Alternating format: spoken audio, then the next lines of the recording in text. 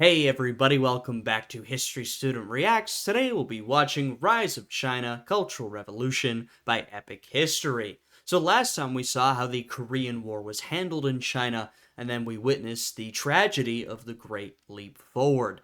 Today we'll be dealing with the Cultural Revolution, a truly fascinating moment in modern Chinese history. Now if you guys end up enjoying this one, I'd appreciate it if you'd leave a like, subscribe to the channel, and check out my Patreon, which is linked down below. Now, with all of that out of the way, let's jump right into this reaction. To rebel is justified. A Maoist slogan.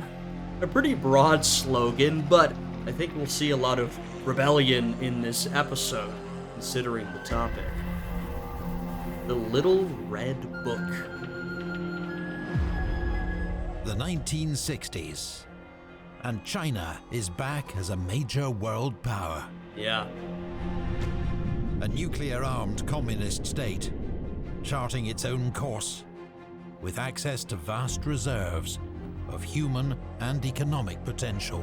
Yeah, I mean, through this series, we have witnessed how China emerged from the century of humiliation when, under the Qing dynasty, they were very much at the victim of these foreign aggressors, the imperial powers of the 19th century. Well, as we head into the middle of the 20th century, China has really emerged as a global superpower, right? It is very much on the rise. It has a massive population. It has the potential for massive economic growth, which you're beginning to see in this era, and the potential for massive military power.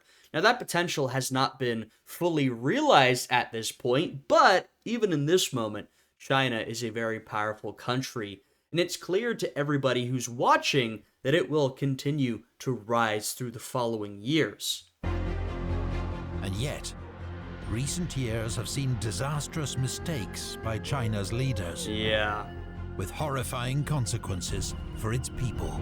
Yeah, I mean, there has been human tragedy on a massive scale, right? I mean, I just talked about how China is on the rise, but this was not a linear upwards rise, right? There were ups and downs, and some pretty tragic downs. I mean, we saw the Great Leap Forward in the last video, where you saw starvation, famine, and death on a massive scale. Right? So this is not a process that's only moving forward. Ironically, given the name of the Great Leap Forward, this is a process that involves much difficulty, cruelty, and tragedy, right? And we've seen that already through this series, and we will continue to see that, right? China will continue to grow into its status as a global power, but that is not necessarily good for everybody in the country, right? The blunders of the Great Leap Forward mean Communist Party Chairman Mao Zedong has taken a back seat in running the country. Yeah, and this is interesting where, I mean, Mao Zedong is this incredibly influential figure of China. He is really, in many ways, the father of Communist China. I think that's a fair title to bestow upon him, the father of the modern Chinese state. But unlike some of his contemporaries, the other leaders and dictators of this era, he was not someone who was always in power until the time of his death. He himself had ups and downs, and this is a moment where, due to the failures of the Great Leap Forward and the tragedy that accompanied those failures, and the fact that eventually the Communist Party was forced to even recognize and reckon with some of those failures, Mao has been forced to step back. He's been forced to step back from his position out in front, and so his position and his leadership has been weakened to a certain extent. Now, the story of the Cultural Revolution, one of the stories of the Cultural Revolution is this is a moment when Mao tries to reassert himself, right? So we'll see that, but heading into it, it's a time when Mao has actually stepped back from power a little bit because he's been forced to. But his presence still looms large. Yes, and I don't want to overemphasize. It's not that Mao completely disappeared. Of course, he was still an incredibly well-known and influential figure, right? It's not like from one day to the next, his influence completely vanished from the country. No, he's in a bit of a temporary step back from power, but he's still a very influential and powerful guy. And he is already planning his return to frontline politics. Yep. A new book helps to prepare the way. Quotations from Chairman Mao, published in 1964. And of course, this will be a very influential book. It is at the center of sort of Maoist doctrine today, a book that is pretty famous around the world for those who believe in Maoist or Chinese communism in particular. And so this is a big moment in his career and his legacy even after his death. The famous Little Red Book. It contains 427 sayings that encapsulate the essence of Mao Zedong thought, and is small enough to be carried and studied by every woman and man in China. Yes, and this little red book will become a centerpiece of the oncoming Cultural Revolution. More than 1 billion copies are printed in the next decade, Wow, second only to the Bible. not bad, huh? Then in 1966, Mao makes a very public political intervention. He does. Mao believes that the success of the Chinese Communist Revolution relies upon continuous momentum. He now feels support for that project is waning and plans a radical program of renewal. Yeah, Mao, I mean, look, I'm not incredibly read into Mao Zedong thought myself, but what I can tell you is that within the Chinese Communist movement, of course, you have different branches of thought, right? And especially after the Great Leap Forward, there were a lot of people who sort of felt, you know what, maybe we should take a step back. Maybe we should slow down. We perhaps have made some mistakes along the way. Mao did not have that perspective. He was someone who felt the revolution needed to always be pushed forward in a pretty radical manner, right? That is his particular approach to this revolution, which, like I said, was not an idea shared by everybody, but it's one that he's going to push throughout this period we'll see here. Warning of hidden enemies within the Chinese Communist Party, he calls for a new state of permanent cultural revolution. It's interesting. I mean, you see this from some figures who come up during revolution, right? The question is always, when does the revolution stop, right? Does the revolution stop when we gain power? A lot of people say yes, some say no. When do we need to stop our revolutionary action? There's some movements that say the revolution lives on, even through our government. In fact, a lot of revolutions make that claim. Whereas others say, well, no, we've gained power, now we need to slow things down and moderate a little bit. It actually makes me think of someone like a Thomas Jefferson, right? An American revolutionary who, of course, was very different from Mao Zedong, but in some ways had a somewhat similar view on revolution, where Thomas Jefferson very much saw revolution as a continuing force, right? He felt that just about every generation, blood needed to be spilled, revolution needed to be conducted in order to keep liberty going, right? So he was one of these guys, and he was one of the more radical of the American revolutionaries who felt that revolution was very much an ongoing project.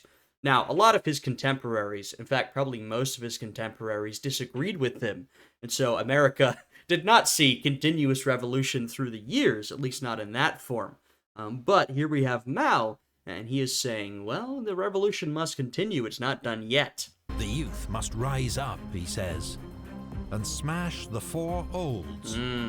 Old thought, old culture, old habits, and old ideas. Yes, and this is the focus of the Cultural Revolution, are destroying these old ways of thought, essentially. The four olds, as we call them, which sounds a little strange in English, but it gets the idea across appropriately. And what I find interesting about this is there's actually a pretty, direct line from the earlier revolutionary movements of the late Qing dynasty to the Cultural Revolution. right? I mean, we talked about this in some of the earlier videos, but we saw as the Qing dynasty entered its terminal decline, there were a lot of revolutionary types or reformer types who oftentimes were liberals or maybe nationalists, sometimes even socialists or communists, who felt like we needed to move away from these old ways of doing things, leave them in the past, and move towards a new modern vision. Now, for each of those different groups, that new modern vision was very different, but a lot of them did share the idea that we needed to get away from old Confucian way of doing things, old culture, the old, intellectual order, the old government, all these types of things. And that is something that is sort of held to this moment. And you see Mao almost bringing these ideas back, where he's saying, you might have thought we'd gotten away from these old ways of doing things, but we haven't. They are still ingrained in our culture. And so we need to get rid of old thought, old, ways of thinking, old culture, old habits, old ideas, right? So, of course, there's a particular sort of Maoist twist on this, right? And we'll see the direction it goes. But it is interesting to me that there is some similarity in this to some of those earlier revolutionary and reform movements in the early 20th century. Mao can rely on a group of loyal attack dogs to support him in his new campaign. They include Defense Minister Lin Biao, who controls the military, and Mao's wife, former actress Jiang Qing. Yeah, and Zhang Qing will play a pretty important role in the coming history we'll see here. Controls much of the media. Initially, students and youths respond to Mao's call with enthusiasm. They organize themselves into units known as Red Guards, donning red armbands and brandishing Mao's little red book. And I do want to say, and I've made this point before, but this is something that is really central to Mao, and it doesn't necessarily separate him from other leaders and dictators of the era, but Mao was really about mass mobilization, right? In many ways, that was the main thing he did, and that's where a lot of his power came from, was that he could mobilize a large chunk of the population really at any moment. Now, once again, he was not the only leader of the era to do that. A lot of these authoritarian leaders, especially those who had a cult of personality, could mobilize some support among the population, but it definitely was to a higher degree with Mao, and his whole identity in politics was far more centered around this mass mobilization, especially mass mobilization in the countryside, than other leaders. Though this movement is very much centered among the students and the young people of the era.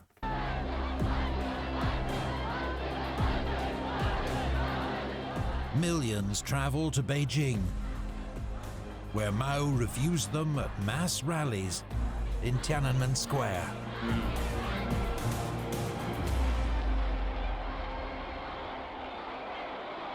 And of course, I mean, I'm sure we'll get into this, but this is where you see the formation of these brigades of Red Guard youth, right? These sort of soldiers of the Cultural Revolution, essentially. The Red Guards will be Mao's enforcers. Yes.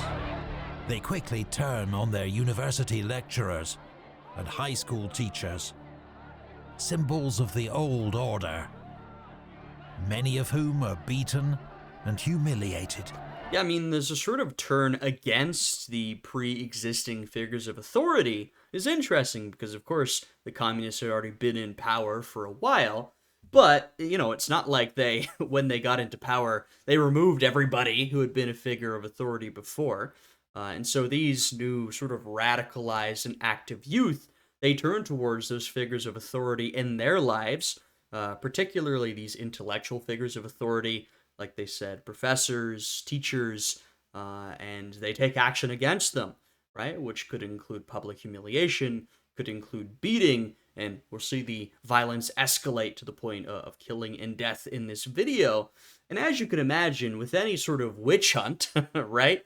A lot of the people who are targeted didn't actually do anything particularly wrong, right? You see this during the French Revolution as well. You see this in any type of moment like this. You could say the Red Scare in the United States. people get targeted for petty grudges, for personal reasons.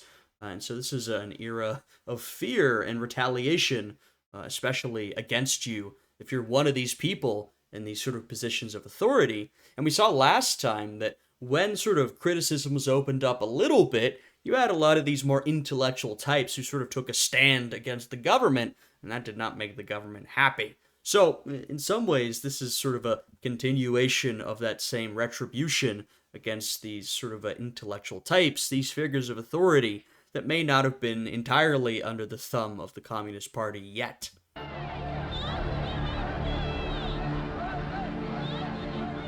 Jiang Qing encourages the violence at a student rally.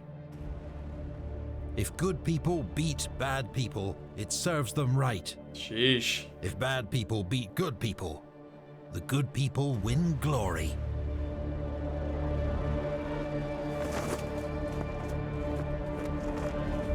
Within weeks, the chaos spreads from campuses to society at large, and from Beijing to every city and province in China. Yeah, I mean, like I said, the students are at the center of this movement. It largely begins as a student movement. So it largely begins, like they said, on university campuses and schools, but it expands from there, and it begins to affect the entirety of Chinese society. Mobs of Red Guards, often thousands strong, roam the streets, attacking anyone they deem bourgeois or reactionary. And just to make the same point again, people were targeted for a lot of very silly reasons, right? Including petty grudges. As you could imagine, reactionary and bourgeois are extremely loose, broad, and undefinable terms. You had a lot of things being defined as bourgeois that really don't make any sense, right? So if you didn't like somebody, and you were in one of these Red Guards, or you had a position within the movement, you could really target them for any reason you made up, right? Just take something they did and class it as bourgeois or reactionary, or just make up something they did, right? Once again, we're seeing hints of the French Revolution, very similar, or hints of other less violent, but other political witch hunts, like the Red Scare in the United States, where, of course, in sort of opposition to this, people were drawn up for supposedly being communists, though they were not always communists when they were targeted. Millions of ordinary people are targeted on trumped-up charges, or simply for being literate or interested in traditional Chinese culture. Yes, once again, it's more the intellectual types who are targeted in this movement. The intellectual types who might represent a threat or even just an alternative to the current system. Those who perhaps push for a different ideology, or even if they don't push for it, they might just have knowledge of different ways of doing things, of Chinese history, maybe interested in old Confucian values. That was seen as a threat to the new communist China, right? Those are old ways of thinking and must be done away with. No one is safe. That's true. Victims are subjected to struggle sessions. Yeah, and a lot of this has become very notorious, I guess I would say, after the fact. And when they say no one is safe, that is right. We're going to see this retribution make its way up the ranks of the Communist Party itself, but we're not quite there yet. Victims are subjected to struggle sessions, in which they are publicly humiliated, tortured, and beaten, sometimes to death. Yeah. And I mean, that's where this escalates to, unsurprisingly. That's where this type of thing always escalates to. Even if, it wasn't like every person they were taking in was executed, but you could imagine when these people are meant to be humiliated and beaten and harmed, it's not surprising that a fair amount of these people targeted end up dead, right? Either literally executed or dying from the wounds or whatever, sort of same difference. This is going to lead to a lot of violence and death. Friends and relatives of the accused are often forced to lead the attacks. And that's the thing as well, right? If you're related to somebody who's been accused of something, whether true or not, that means you're in the line of fire as well. if you're a friend or a relative or whatever, then you're in trouble, right? And so your choice is either to speak out against them, against someone you may care for, and that might save you from being attacked, or to flee or be attacked yourself, right? And we see, making comparisons here, but this is somewhat reminiscent of, say, Stalinist purges in the USSR, where people were ratting out their family members to sort of save themselves. You see a similar thing here. Millions of books, artworks, and monuments linked to pre-communist China are destroyed. On the 26th of December 1966, at his 73rd birthday party, Mao calls for all-round civil war. Great. Party officials are to be purged and replaced with revolutionary committees. These will consist only of supporters of the Cultural Revolution. In other words, those loyal only to Mao. Yeah, it's interesting because, this is both a sort of ideological battle, right? Mao's particular ideology is hoping to push it, but also clearly a personal and political power grab, right? So it was both Mao trying to truly make sure, Mao Zedong thought is the one and only way of doing things in China, but also to make sure that he is in ultimate power and only those who are loyal to him get to remain in their positions, right? So there is an ideological aspect, as there always is with stuff like this, but you could argue that it's wrapped up in, or maybe is even masking, a more obvious sort of power grab here from Mao himself and the people around Mao, who will increasingly run the show as he continues to age. The military is ordered to support the purge, leading to a much bloodier phase of the Cultural Revolution. Yeah. In 1967 alone, an estimated 250,000 people are killed. Jesus Christ. And 750,000 left permanently disabled. God. The revolutionary torrents of the masses are washing away all the sludge and filth left over from the old society. Yeah, that was the idea. Lin Biao. Permanent revolution. In 1968, Mao launches a new campaign to cleanse the class ranks, spreading further terror. All sections of society, across all ages, are affected. A further 30 million are subjected to struggle sessions. Sheesh. Mao's wife, Jiang Qing, a key leader of the Cultural Revolution, is now one of the most powerful and feared figures in China. Yep. The chaos reaches the very top of the party, as Mao settles scores with perceived rivals. Yeah, and this is where you see the Cultural Revolution is most blatantly a power grab, right? This is where it is the least ideological and most obviously just sort of political performance, essentially. And the people in the Communist Party know if I step out of line, I'm going to find myself in a lot of trouble, right? So it's a good incentive to either support what's going on, or if you don't, sort of keep to yourself. Liu Shaoqi, China's head of state, is dragged to struggle sessions along with his family. Yeah. They are publicly beaten by Red Guards and imprisoned. I mean, this is a very famous example of how high the Cultural Revolution reached. At the 1969 Party Congress, State Premier Zhou Enlai denounces Liu as a criminal traitor, enemy agent, and scab in the service of the imperialists, modern revisionists, and the nationalist reactionaries. A broken man, Liu dies in prison 7 months later. Damn. Other prominent victims include Deng Xiaoping, a leading pragmatist and reformer on the Politburo Standing Committee. Yeah, we talked about him last time. Deng Xiaoping has a fascinating career. We talked about how after the Cultural Revolution, you see power swing the other direction, where Mao is pushed out to a certain extent, and the moderates and pragmatists relative to Mao get brought in, like Deng Xiaoping, who is very much a pragmatist.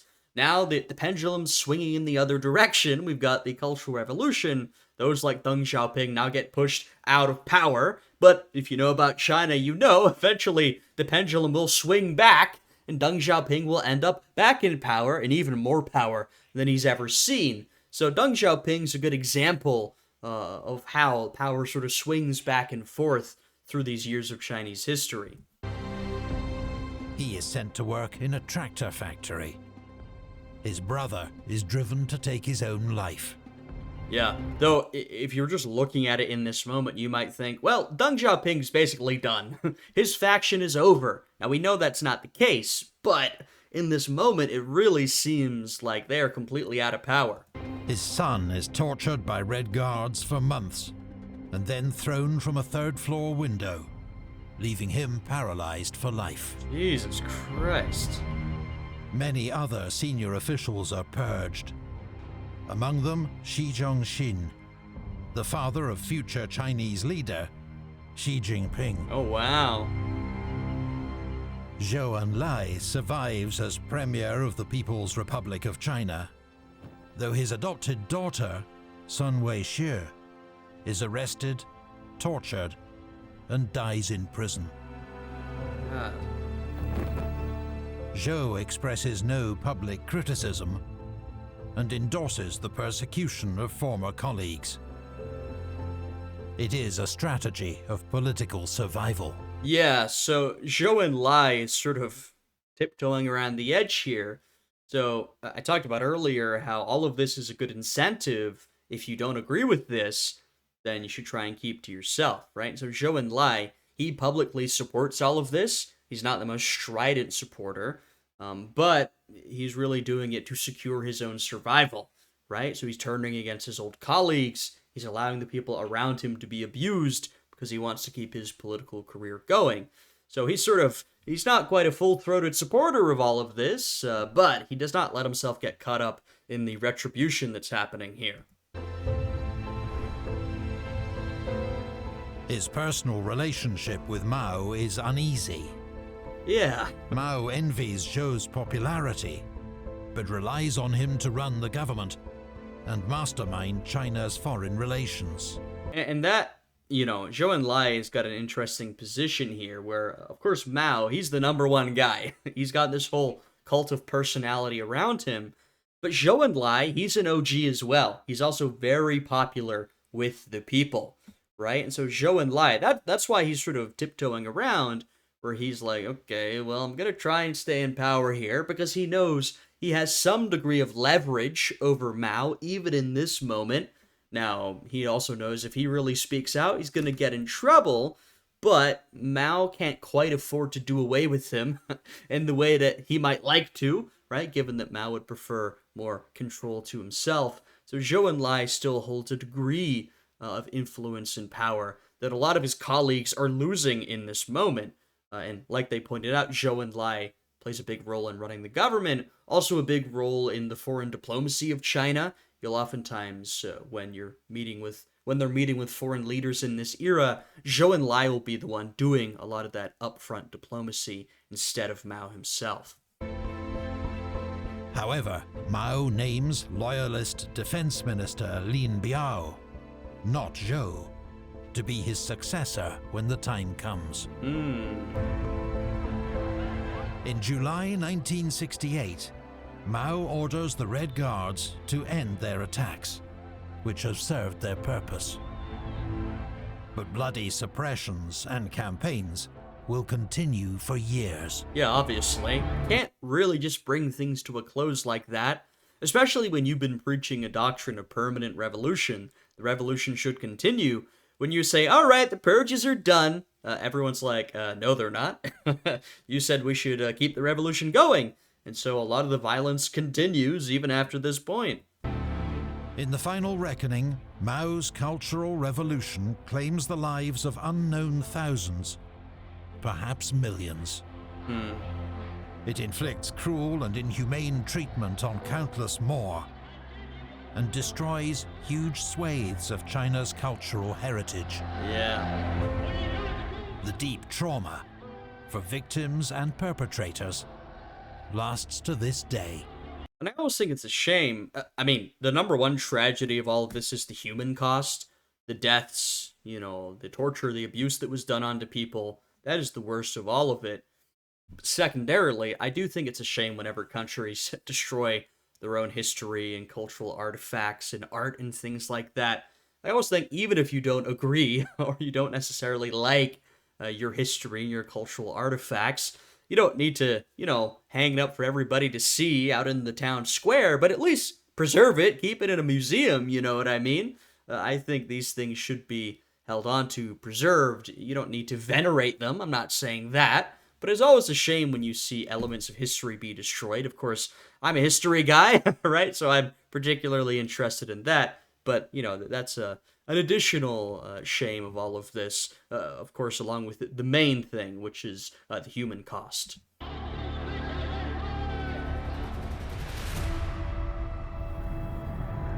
As the Chinese saying goes, one should not lose the major for the sake of the minor.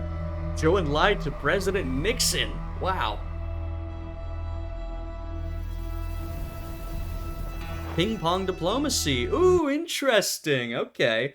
So we're stepping a little bit away from the domestic for a moment to talk about China's place in the world, foreign policy. The excesses of the Cultural Revolution seemed to give Mao a stranglehold on power. But there are now few within the leadership he trusts. And few who trust him. Yeah. I mean, he has certainly cemented his power, given himself a stranglehold on power, but in a way, he has sort of isolated himself from his colleagues a little bit, in that now he doesn't really trust anybody. He's become more paranoid, and the people around him don't really trust him. And so if there's ever a moment when they could sort of separate themselves, you can imagine that they'll take that opportunity. Now, that moment is not in this moment. Mao has an incredible amount of power, but that sort of resentment and distrust, it simmers for the long term. Mao's relationship with Defense Minister Lin Biao begins to sour. Each suspects the other of plotting their downfall. In 1971, Lin Biao decides he must flee China for his own safety. Uh-oh. With his family, he boards a flight to the Soviet Union, only for the plane to crash in Mongolia, killing all on board. That's not suspicious at all, right? Lin's former allies within the People's Liberation Army are soon purged.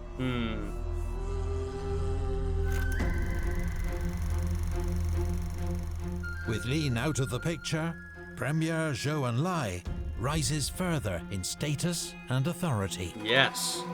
Right, so we talked about how Lin Biao was sort of supplanting him to a certain extent, even though Zhou Enlai was still popular with the people.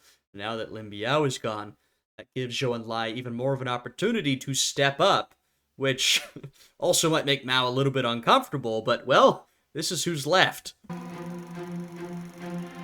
Never a diplomat, Mao relies on Zhou to restore harmony at home Yeah. and build bridges abroad. Yeah, that's true. Mao was never a diplomat, okay? He is not the guy you want to be handling your foreign negotiations. Not at all. Zhou Enlai is far better suited to that sort of thing. And in the early 70s, Zhou oversees a series of foreign policy successes that further enhance his prestige and popularity.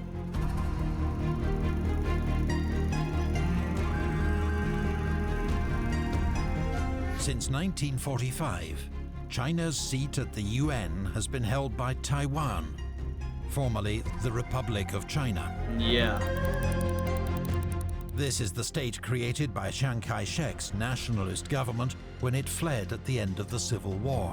Yes, so the nationalist government leaves, It sort of feels it's the government in exile of mainland China, and so it gets to keep its seat on the UN Security Council, which by the 1970s is beginning to seem a little ridiculous to people, right? The communists have now controlled China, mainland China, for decades at this point. And so to keep saying, no, Taiwan, the government in Taiwan is the real China, it's like, okay, it's clearly not, right?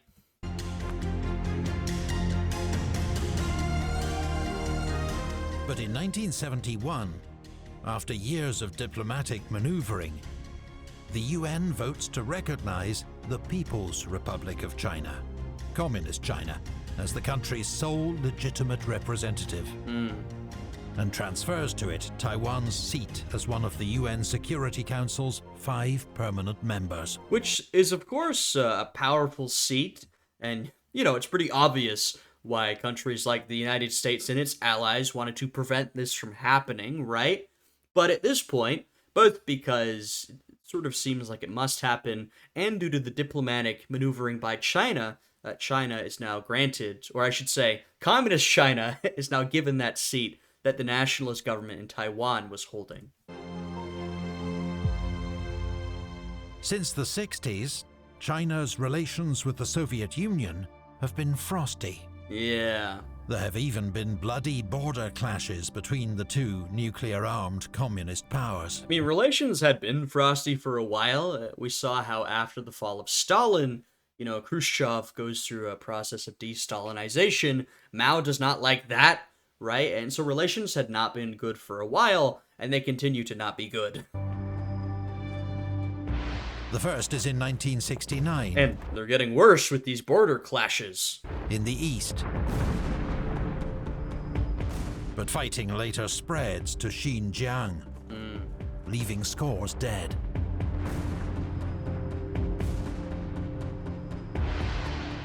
Zhou now seeks to thaw relations with the world's other superpower, the USA. Yes, so China has been tied to the USSR sort of naturally, because they're both communist countries. But the relationship between China and the USSR has weakened. In fact, the relationship is pretty much dead in the water. And so China is looking for new allies, and the most obvious new ally, if you're looking on the world stage, is the US. Now, China and the US have not had a great relationship, so you might think this does not seem possible. But it just so happens in this moment the United States is looking for a new ally as well. They're looking for a new ally, essentially against the USSR. And who better than China, a previous ally of the USSR?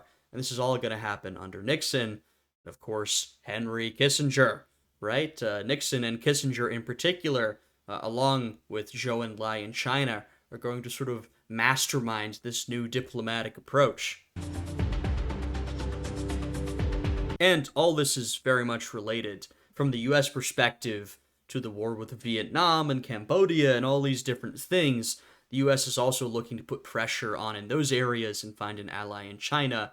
I mean, it's all very complicated, the evil machinations of Henry Kissinger, but there's a lot happening, basically, that is pushing the US towards a partnership, or at least easing tensions with China, and that is also pushing China towards the United States. I mean, not that they're going to become best buddies, and maybe even allies is too strong a word, but essentially a détente, an easing of the tensions. Rapprochement begins in 1971, when the US ping pong team is invited to tour China. It's the first official visit by an American delegation since 1949. The US players are personally welcomed by Premier Zhou, who tactfully instructs the dominant Chinese team not to win every game. That's funny. The tour is considered a diplomatic triumph. In Zhou's words, opening the door for friendly exchange between the two nations. Yeah, it's interesting that at this time you have Zhou trying to make a good impression, essentially warming up to the United States, while the people of China, the masses, are extremely negatively polarized against the United States due to, as you can imagine, the communist government, up until this point, has not been super friendly towards these capitalist powers. The propaganda they put out does not paint the United States in a positive light, and so the people of China are very negative towards the US. But now Zhou is trying to sort of turn that around a little bit and try to warm up things between the two countries. And of course, a somewhat similar situation in the United States, where, although a little different, because in the United States, a lot of the negative propaganda is against the Soviet Union, right? At that time, the focus is way more against the USSR than against China. Though, of course, as a communist power, China is not very popular within the US, so somewhat similar. But the USSR is way more the focus of negative attention in the US. Of course, today, that situation has changed, where, China is sort of number one on the US enemy list, but at the time, it was the USSR, and so China got less of that negative attention than the Soviets did. Building on the foundations of ping-pong diplomacy, US President Richard Nixon visits China in 1972. I mean, it really is just crazy to think about the different ideologies and perspectives of these two men, and then to have them genially meeting each other. It's a fascinating moment, and it once again is engineered by the sort of foreign policy and diplomacy of Zhou Enlai and Henry Kissinger. It's a real, you could say, example of realpolitik. Visits China in 1972. Nixon is a zealous anti-communist, but both sides see better relations as a means to gain leverage over the Soviet Union. Yeah, essentially realpolitik, like I said. And I don't think this is a bad move, by the way. I just think it is sort of funny to see these two diametrically opposed figures coming together. As a result, a US trade embargo, in place since the communists came to power in 1949, is lifted. In 1973, Zhou's long-term ally, Deng Xiaoping, is allowed to return to Beijing from internal exile in Jiangxi province. Look who's back. Mao agrees to rehabilitate him. By 1974, Deng is once more vice premier, working closely with Zhou on foreign policy and day-to-day government. Interesting. So, looks like Deng Xiaoping's making quite the impression. He's been brought back into the fold. He's a close personal ally of Zhou Enlai's, so that means Deng Xiaoping is now pretty intimately involved in running the government, and he's sort of been included on this global public relations tour that Zhou Enlai is doing. So Deng Xiaoping's image begins to rise alongside Zhou Enlai. Maybe this guy's got a future ahead of him. Of course, we know where this is going to go. If you don't, I've hinted at it, right? Deng Xiaoping. Keep an eye on him over these next years of Chinese history. Dogged by ill health and increasing paranoia, Mao's hold over the party begins to wane. Yeah, and it really is. We saw how much Mao was able to centralize power during this episode, but just Mao himself is declining. His health is declining, right? And that, sort of naturally leads to a decline in his influence as well. Not to mention, he really reached his peak, but as we talked about, in doing that, he did alienate a lot of his previous allies. He alienated and isolated himself from a lot of his colleagues. And so that now that Mao seems to be in decline, and Zhou Enlai seems to be on the rise, these things sort of fold into a cycle where things are going to start to decline for Mao. But he will outlast one old rival. A giant portrait of Chiang Kai-shek had once overlooked Tiananmen Square. Wow. Just as Mao's does now. Since his defeat in the Civil War, the former nationalist leader of China has headed an authoritarian government in Taiwan. He has overseen stunning economic growth, but failed in his ultimate goal, to reconquer the Chinese mainland. Yeah.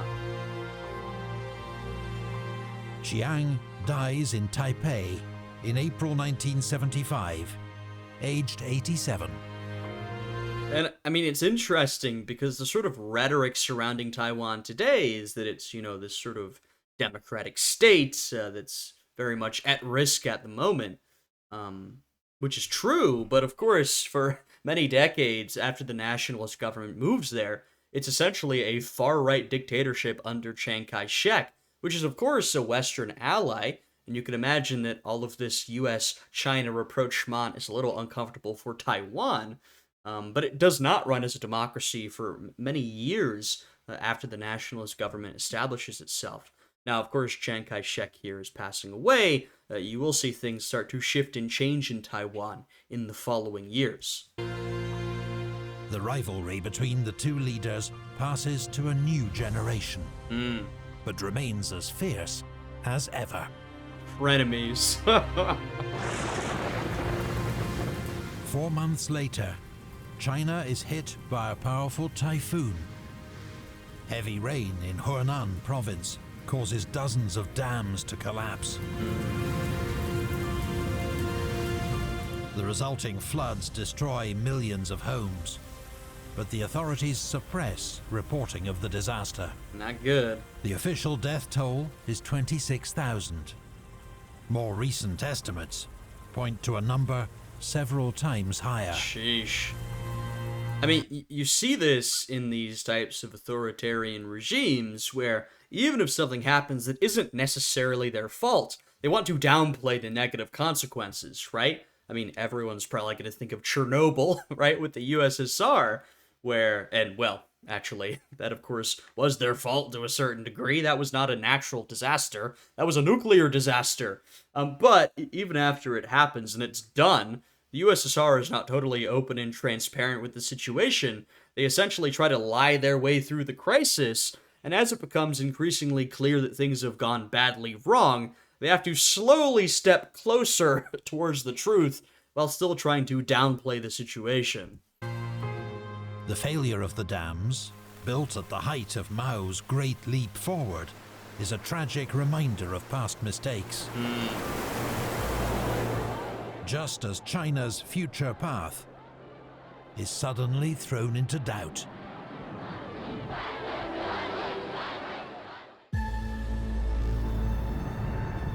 I was Chairman Mao's dog. Whomever he told me to bite, I bit. Wow, quite a statement, I have to say. From his wife as well. The Gang of Four. By 1975, the Chinese Communist Party is divided between modernizers and loyalists. Leading the modern... I mean, it's almost just a more explicit version of a split that has existed for a while. We saw sort of a similar split when the Great Leap Forward failed, right? We saw this split in the party. This split has continued to exist, and in fact, it has very much been enhanced by the Cultural Revolution. Like I said, resentment has formed on both sides. And so you have a similar split, but a split that's more clear than ever in this moment. And especially now when the party's going to be thrown into chaos, this split becomes more important than ever. Modernizers, Deng Xiaoping, Zhou Enlai, and others, who now I mean, those are the two big names, but there are more. Point the finger at a gang of four for inciting the worst excesses of the Cultural Revolution. The gang... And this is because they can't blame Mao himself, right? Though Mao is, of course, part of this factional split, right? He is, loyalists, they're named that because they're loyalists to Mao and loyalists to the Cultural Revolution, right? So Mao is firmly on one side, but, Mao has such a cult of personality. To the people, he's very much above all of this factional infighting. And so, Deng Xiaoping and Zhou Enlai are pointing the fingers at these people because they're going to have a hard time pointing at Mao himself. All Mao loyalists is led by his wife, Jiang Qing, and includes Zhang Chenxiao, a political theorist, literary critic Yao Wenyuan, and labor activist Wang Hongwen. All hold key positions in the party or state apparatus. Through the Central Cultural Revolution Group, they largely control state media, from newspapers and radio to revolutionary opera and theatre. Right, and we've talked about how much mass mobilization was important to Mao's movement, and if you control the mass media, then that is a massive advantage in controlling mass mobilization and mobilizing the public to do what you want them to do. Yeah, it's not entire control, but it's a big part of it.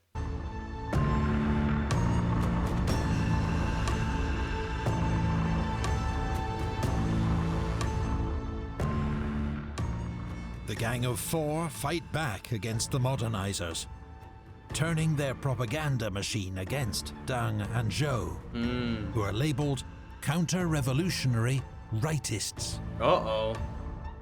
Anxious to protect his legacy, Mao seems to be siding with the Gang of Four.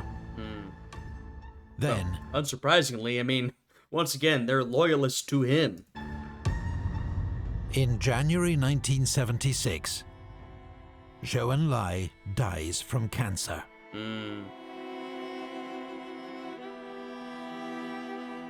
Zhou had received an early diagnosis, but Mao had personally intervened to delay potentially life-saving treatment. Damn. Such was his determination to outlive his political rival. I mean, that is cold. For an old comrade? Damn, that's cruel, really is. But even aside from that, here you have the death of one of the two most prominent figures of communist China, right? At the time, Mao and Zhou Enlai. And Zhou Enlai has just passed away. So that is a massive loss for the movement, and especially a loss for the sort of pragmatist faction of the Communist Party. As Chinese premier since 1949, Zhou was one of the key architects of Communist China. Yeah. And just, I know we're going to sort of get to his legacy here, but, talking about how Mao is so determined to outlive Chiang Kai-shek and Zhou Enlai, he's probably determined because he doesn't have long left himself, right? I'll just point that out. Mao does not have much longer left in his life. Zhou was one of the key architects of Communist China. True. President Nixon had called him the greatest statesman of our era. Wow. And as a skilled... High praise. I mean, I don't know how much it means coming from Nixon, but high praise. The greatest statesman of our era. And as a skilled diplomat and stabilizing force, he'd shaped foreign policy and helped to modernize the country. Very influential. But his attempts to moderate Mao's mistakes had only limited success. His legacy is inescapably entwined with the disasters of Mao-era China. Yeah, I mean, Zhou Enlai's interesting, right? He's a figure who represented the origins of communist China. Maybe not quite as much as Mao, but he was up there, right? Like they said, he was instrumental in building communist China, and building it on the world stage in particular, and building out the government, overseeing how things ran. Truly an influential individual.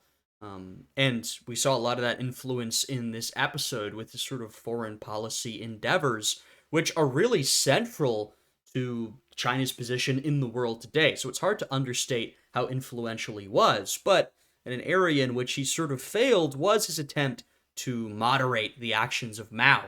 We saw that in the last episode, we saw that in this one. Zhou Enlai attempted to be a moderating influence on the sort of worst excesses of Maoism, and he found some success, but ultimately he was sort of forced to tag along with the tragedies of Maoist-era China.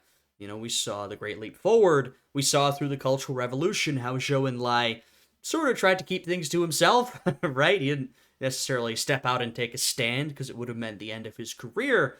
And so though he tries to moderate, in the end he has, you could say not much success, or you could even argue complete failure on that front. So there were some examples of him, moderating successfully.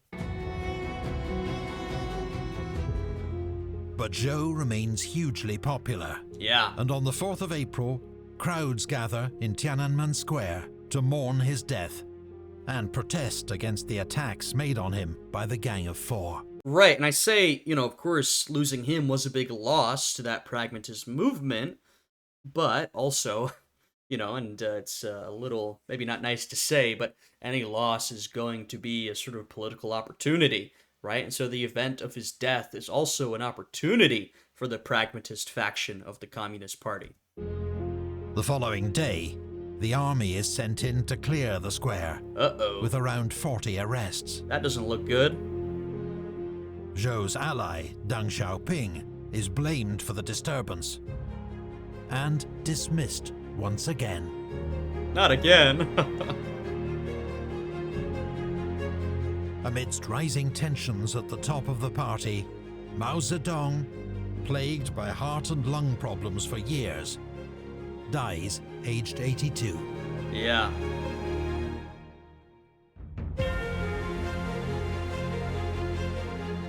Many millions of Chinese have known no leader but Mao. The country is in shock. A week of national mourning is declared. Great music, by the way. Like I said, Mao didn't have that long left either. And so now you've got an era where the party is truly launched into chaos, right? The death of Zhou Enlai has that effect. Mao's decline was already causing chaos because he just could not be as influential as he once was, but his death is going to exacerbate that political chaos and tension even more. But yeah, truly a massively influential figure here. I mean, I feel like I don't really need to even say it. We've been talking about Mao this entire series for a reason. Above Zhou Enlai, he is the #1 most influential figure, the most influential shaper of communist China and really modern China, right? It's hard to understate his influence. A week of national mourning is declared.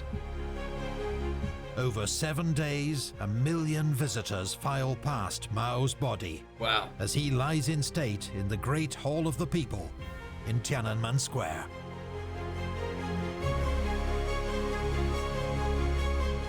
The people are urged to turn grief into strength, carry forward Chairman Mao's legacy. Right, so once again here you see that loss is used as opportunity politically. See the proletarian revolutionary cause through to the end. To most Chinese, Mao is and remains the great helmsman. A titanic figure who guided China through stormy seas to security and prosperity.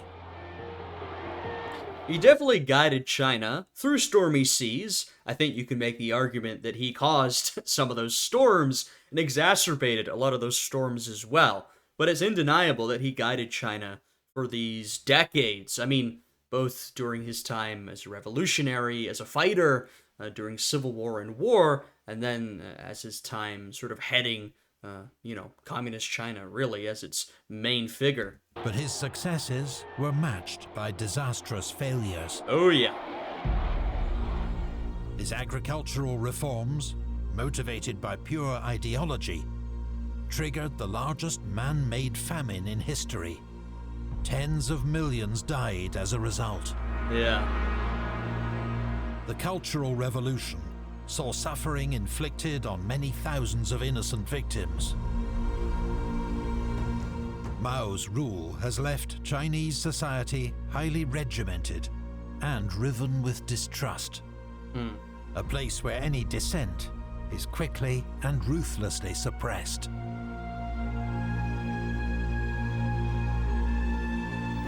In the words of veteran communist Chen Yun, had Mao died in 1956, his achievements would have been immortal. That's interesting. Had he died in 1966, he would still have been a great man, but flawed. But he died in 1976. Alas, what can one say? Wow. That's a fascinating way of thinking about it. Ah, that really is interesting. And yeah, there's truth to that, right? I mean, I often think about, historical figures who sort of died before their time, and you think, yeah, they're often the most beloved of our historical figures and heroes throughout history. And you think, if this person had lived a little longer, would they still be as beloved? And I often think, probably not. They probably would have done things that people didn't like. I guess Mao's a good example of the opposite of that, where you're right, if he died sort of following, sort of the communist victory in China and the state establishing itself, probably would have been an unmitigated hero to the people of China. And of course, he's still remembered very fondly and widely today.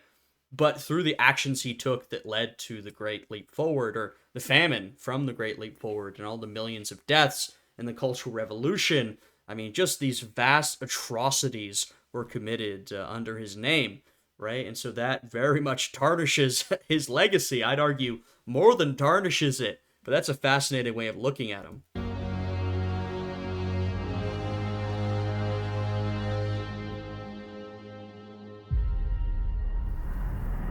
Smash the Gang of Four. Communist Party slogan. Oh, interesting. Things are shifting, eh?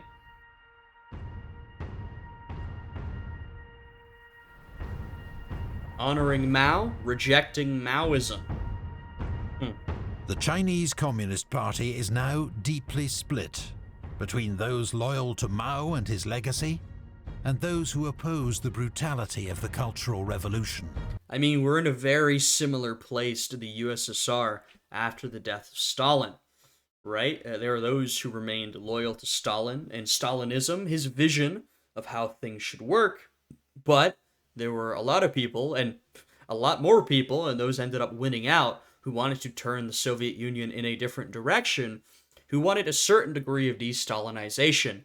Though maybe a little different in that here you've got two factions, one that is very loyal to Mao, and well, everyone's going to say they're loyal to Mao, but one that really wants to continue his vision, and one that wants to go in a more pragmatic direction. Whereas when Stalin dies, everyone professes loyalty to Stalin, all the people, all the politicians, at least in the immediate aftermath. But really, if you look at the competitors to take his place, most of those guys wanted to take things in a different direction. Within the halls of power, there really were not a lot of Stalin loyalists left, or at least those who were loyal to Stalin's vision, which is interesting because Stalin was extremely paranoid and only let those around him who were loyal to him. But when he dies, a lot of those guys from Khrushchev to Beria, both of them are like, meh, we should go in a different direction, right? So it's interesting. And that is what ends up happening in the Soviet Union. And of course, that's what's gonna end up happening in China. But in the moment, it's not quite clear which direction things are going to go. Mao's designated successor is Hua Guofeng. He is an able, if uninspiring, party official, but lacks prestige and personal authority. Officially, his mantra is clear. Whatever policy Chairman Mao decided upon, we shall resolutely defend. Whatever directives Chairman Mao issued, we shall steadfastly obey. Surely that's a good way to run a country. I'll give you guys this advice. The political figure, whatever political figure we're talking about, doesn't matter who, no one should be venerated to that degree when they die. No one should have their beliefs so unquestioned during or after their lifetime. It's just not healthy, right? And that's why cult of personalities around any leader in any country, they're not good. In practice, he pulls off a delicate balancing act between honoring Mao's legacy and modernization. Right. His first task is to deal with the Gang of Four, led by Mao's widow, Jiang Qing. Interesting. So you see what he says versus what he does, and there's a discrepancy there. You could argue a necessary discrepancy if you want to practically run the country. For many, they embody the worst excesses of Mao's rule. It's a reason why we call them the Gang of Four. It's not a very friendly name, right? In itself, it's sort of a derogatory title, and that's the title we've kept to this day, so it gives you an idea of how they are sort of viewed. After the period of national mourning comes to an end, Hua moves against them.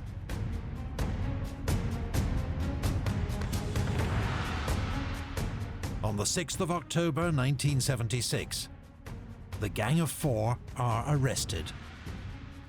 They are accused of orchestrating the chaos and violence of the Cultural Revolution. And as we often see with violent revolutions, eventually the violence will come back to you, right? We see this with the French Revolution, one of the best examples, where each successive wave of leaders, from the Girondins to the Jacobins, eventually the violence comes back to them. Of course, the most obvious example is with the Jacobins, with Robespierre, who commit the most violence, the worst excesses of the revolution itself, not including the wars of the French Revolution, of course, because those were much larger in scale, and then eventually that violence comes back against them in a backlash. Yeah, that's sort of what we're seeing here.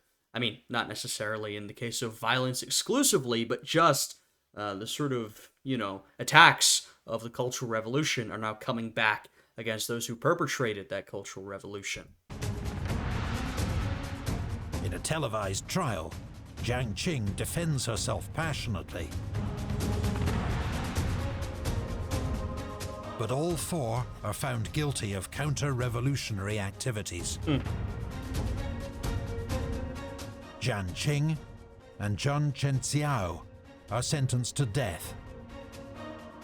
Their sentences are later commuted to life imprisonment. In 1991, Jiang takes her own life in prison. Oh, wow. A Mao loyalist to the end. Sheesh. She lived a long time after that and took her life in the end. Wow. That's quite a way to go. With blame for past mistakes pinned on the Gang of Four, Mao's status as the great helmsman can remain unquestioned and inviolable. Yep, exactly. Like I said earlier, when we were talking about the factional split between the Communist Party, you had these two different factions, and one faction, their whole point was they were loyal to Mao and wanted to keep his ideas going. But Mao himself was not blamed for a lot of this, because he was seen as this figure that was above the petty squabbling of politics. And so now, even after his death, all of the worst parts of his career can be blamed on those around him, the Cultural Revolution, on the Gang of Four in particular, and it allows him to continue to be venerated as this figure who is above the tragedy of politics, right? But it is clear that in communist China, a new era is beginning. Yeah.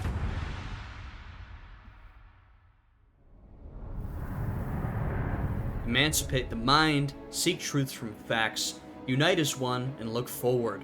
From Deng Xiaoping. And this is going to be his era of history. The Rise of Deng. The Gang of Four had represented one extreme of the Chinese Communist Party. The Mao loyalists. Yeah. If one figure represents the opposite wing of the party, it's Deng Xiaoping. Yeah, I mean, we look at our chart of people here, and there's a reason that they showed us all these people. The Gang of Four are now out of the picture. Zhou Enlai is dead. Who remains? Deng Xiaoping. Now aged 72, Deng's fortunes within the party have fluctuated wildly. They really have, and his career is a crazy one. I mean, he's in his 70s at this point. He's quite an old man. And yet, this is going to be the man who shapes the next era of Chinese history, right? Even beginning in his 70s, which is crazy. And this is someone who, like they said, he's been so up and down. He's reached the very top, he's about to, and he's reached the very bottom, right? So it's insane that at this point in his life and his career, he was going to become the most powerful man in China. In the 1930s, he'd supported Mao in the rural Soviets and the struggles against the Kuomintang. He'd become a willing enforcer of the brutal anti-rightist campaigns of the 1950s. an economic reformer in the 1960s. Then a sudden and dramatic fall from favour at the height of the Cultural Revolution. Yeah. Deng is now seen as a natural leader. He's a good example of, this is an OG, someone who was there from the beginning, and even he was a victim of the Cultural Revolution, who then came back to get right up to the top. A talent too great for the party to ignore. In July 1977, Hua Guofeng rehabilitates Deng for a second time, appointing him vice chairman of the Communist Party. He's back again. From now on, all the momentum is with the reformers.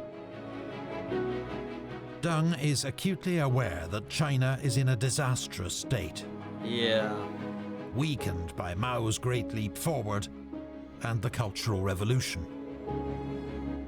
The average income of a Chinese peasant, still 80% of the population, is just $40 a year.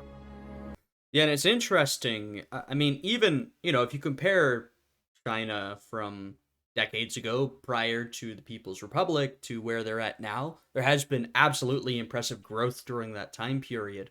But when we look at China today, the incredible growth of China into the modern superpower it is now, where does that growth come from? It's really, in a big way, going to start now with Deng Xiaoping.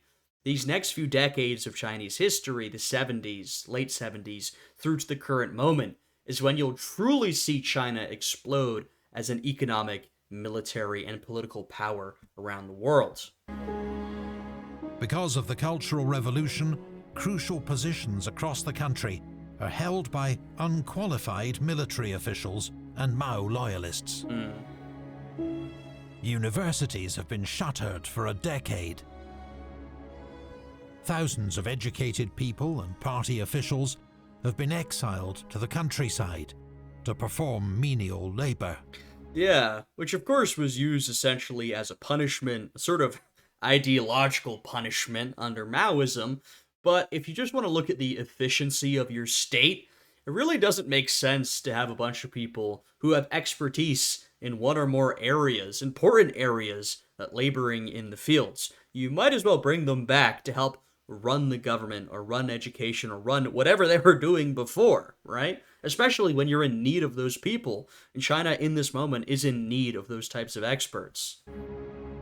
Infrastructure and industry are in a state of neglect and disrepair.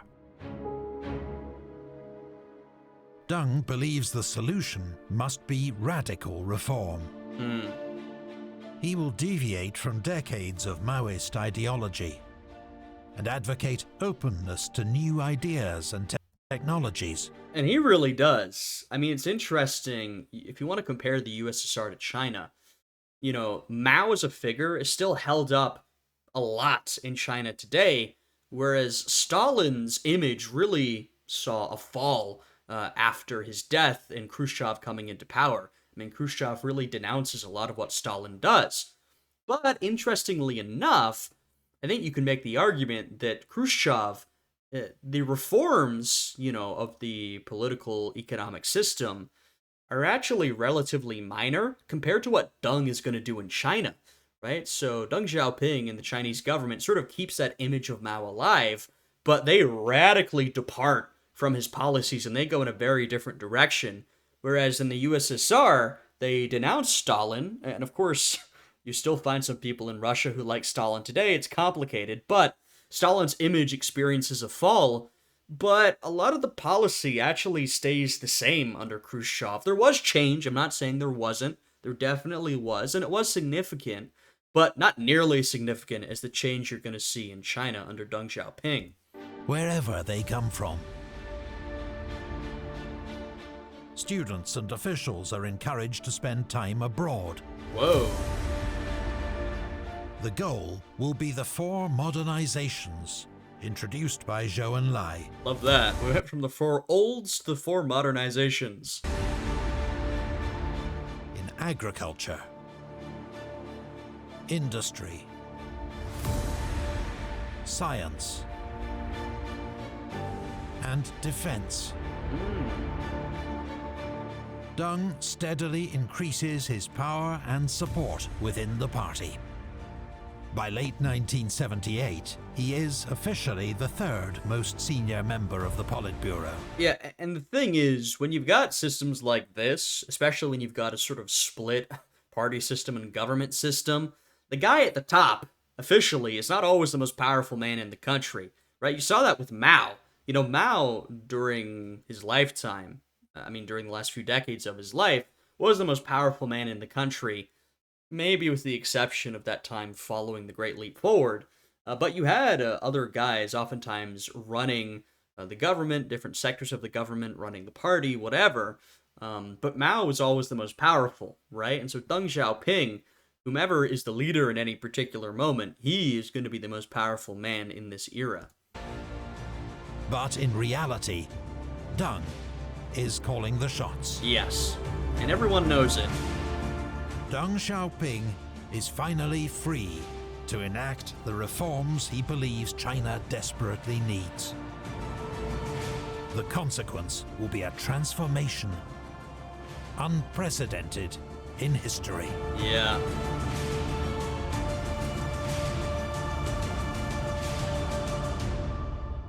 Hey, there's Xi Jinping. If you love history as much as we do, you've probably collected some interesting memorabilia over the years. Perhaps it's hidden in a box or... What is this an ad for? There we go. So, I'll link their video down below. You should go and check it out. You should absolutely watch it on your own. Give them a like. If you haven't already, go and subscribe to their channel. Check out their sponsor, all that good stuff. We want to show Epic History support for making these fantastic videos that I like to react to, and all of you guys enjoy watching. So please go and show them all sorts of support. They really do deserve it for making these incredibly well-produced and well-made videos. Really some of the best history videos on YouTube. So yeah, another fascinating episode. I'm really excited to talk more about Deng Xiaoping next time.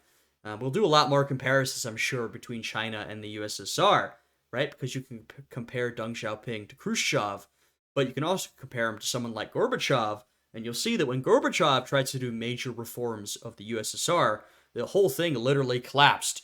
Well, China doesn't collapse, right? Deng Xiaoping manages to make drastic reforms and keep the Chinese communist system going. So, really fascinating stuff. I very much enjoyed this one. If you guys did, you could leave a like, subscribe, and check out my Patreon, which is linked down below. Thank you all for watching. Thank you for following along. I hope you're all having a fantastic day today, and I will see you all again next time. Goodbye.